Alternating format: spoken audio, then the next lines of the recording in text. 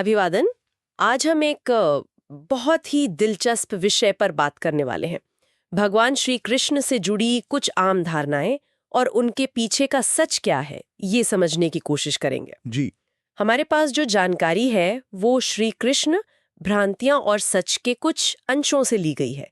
ये अंश इन विचारों की पड़ताल करते हैं। बिल्कुल। और श्री कृष्ण का विषय ऐसा है कि वो हमारी संस्कृति और आध्यात्म में इतने रचे बसे हैं कि समय के साथ ना कई बातें थोड़ी उलझ सी गई हैं। हाँ, मिथक और हकीकत मिल गए हैं जैसे। बिल्कुल।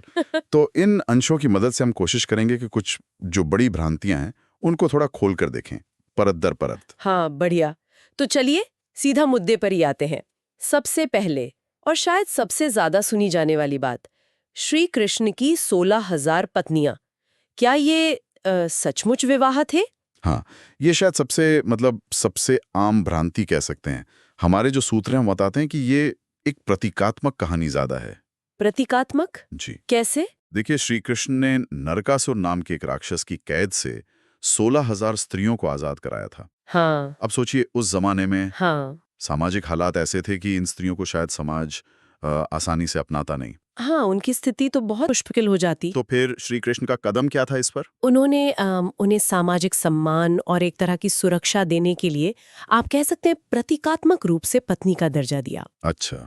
तो यहाँ जो मुख्य बात है ना, वो ये है कि कैसे एक नायक ने करुणा दिखाई, सामाजिक जिम्मेदारी समझी और पारंपरिक रस्मों से ऊपर उठकर हजारों जिंदगियों को संवारा। तो ये असल में विवाह नहीं बल्कि एक तरह का संरक्षण और सम्मान था। बिल्कुल सही। एक बहुत शक्तिशाली कदम था ये। ये समझना तो वाकई जरूरी है। अच्छा, अब आते हैं राधा और कृष्ण के संबंध पर।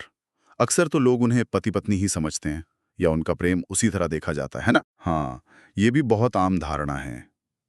लेकिन सूत्र फिर से यही इशारा करते हैं कि उनका प्रेम जो था वो पारंपरिक सांसारिक विवाह के बंधनों से बिल्कुल बिल्कुल परे था। परे था मतलब पूरी तरह आध्यात्मिक और अलौकिक। उन्होंने विवाह नहीं किया था। उनका संबंध ऐसा माना जाता है जैसे जीवात्मा और परमात्मा की आत्मिक एकता होती है ना, उसका प्रतीक है। अच्छा, जैसे बूंद का सागर में मिलना। हाँ, कुछ वैसा ही, जहां दोनों हैं पर वो एक हो गए हैं। ये दुनियावी रिश्तों से बहुत गहरा, बहुत आध्यात्मिक था। और शायद इसीलिए उसे सांसारिक पैमानों से नापना मुश्किल हो जाता है। अच्छा, इसी से जुड़ा एक और पहलू भी है। कई बार श्री कृष्ण की छवि जो है वो सिर्फ रासलीला और गोपियों तक ही सीमित कर दी जाती है। हाँ, ये बात भी है। और दिलचस्प ये है कि सूत्र हमें याद दिलाते हैं कि उनका व्यक्तित्व, उनका जीवन इससे कहीं ज्यादा बहुत व्यापक था। व्यापक कैसे? हाँ, उनका बचपन, उनका यौवन, वो लीलाओं से भरा था, इसमें कोई शक नहीं। लेकिन वो सिर्फ उतने ही नहीं थे। उन्होंने धर्म की स्थापना पर जोर दिया। कुरुक्षेत्र के मैदान में अर्जुन को गीता का उपदेश दिया, जो आज भी जीवन का सार मानी जाती है। हाँ, वो तो है ही। और वो एक कुशल राजनीतिज्ञ भी थे, रणनीतिकार थे, एक महान योद्धा थे। यानी उन्हें सिर्फ एक पहलू में बांध देना उनके विराट चरित्र के साथ न्याय नहीं करता। बिल्कुल नहीं। अच्छा, एक और बात जो अक्सर उठती है, हम्म। क्या श्री कृष्ण ने महाभारत का युद्ध करवाया था या उसे बढ़ावा दिया? देखिए, अगर हम सूत्रों पर ध्यान दें तो तस्वीर बिल्कुल अलग दिखती है। उन्होंने तो युद्ध टालने की हर मुमकिन कोशिश की थी। कोशिश की थी? जैसे? वो शांति दूत बनकर हस्तिनापुर गए थे।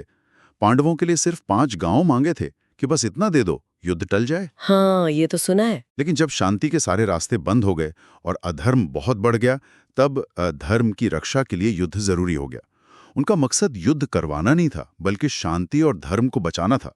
तो युद्ध आखिरी उपाय था, पहला नहीं। जी हाँ, बिल्कुल। और अंत में एक और विचार कि श्री कृष्ण शायद ऐतिहासिक व्यक्ति थे ही नहीं, केवल एक काल्पनिक या पौराणिक पात्र हैं। हाँ, इस पर भी बात होती है। इस पर सूत्र जो हैं वो पुरातात्विक और साहित्यिक सबूतों का जिक्र करते हैं, जैसे समुद्र में डूबी हुई द्वारका नगरी के जो अवशेष मिले हैं। अच्छा, द्वारका के अवशेष। हाँ, और कई पुराने ग्रंथों में जो वंशावली और जगहों का ब्यौरा मिलता है, वो सब उनके ऐतिहासिक होने की तरफ इशारा करते हैं। हाँ, ये जरूर है कि समय के साथ उनकी दिव्यता पर ज्यादा जोर दिया गया, उन्हें भगवान की तरह पूजा जाने लगा, लेकिन उनके एक वास्तविक प्रभावशाली ऐतिहासिक व्यक्ति होने के भी प्रमाण दिखते हैं। तो फिर इन सारी बातों का निचोड़ क्या निकालें? हमने देखा कि श्री कृष्ण के व्यक्तित्व की कई परतें हैं, कुछ प्रतीकात्मक हैं, कुछ आध्यात्मिक और कुछ ऐतिहासिक भी। बिल्कुल। और शायद जब हम इन अलग अलग परतों को मतलब ऐतिहासिक, आध्यात्मिक, प्रतीकात्मक, इन सबको एक साथ रखकर देखते हैं तो हम उस व्यक्तित्व की जो असाधारण जटिलता है और उसका जो गहरा सांस्कृतिक और दार्शनिक असर है उसे शायद बेहतर समझ पाते हैं। हाँ, ये समझ सिर्फ जो सुनी सुनाई कहानियां हैं उनसे कहीं आगे जाती है। सही कहा। ये हमें सोचने पर मजबूर करता है। श्रोताओं के लिए भी ये एक विचार हो सकता है कि कैसे समय के साथ जो महान ऐतिहासिक शख्सियतें होती हैं उनके जीवन के आसपास प्रतीकवाद और मिथ अपने आप ही बुन जाते हैं। और ये जो प्रक्रिया है ये हमें इतिहास, आस्था और इंसान की कल्पना, इनके संगम के बारे में क्या सिखाती है?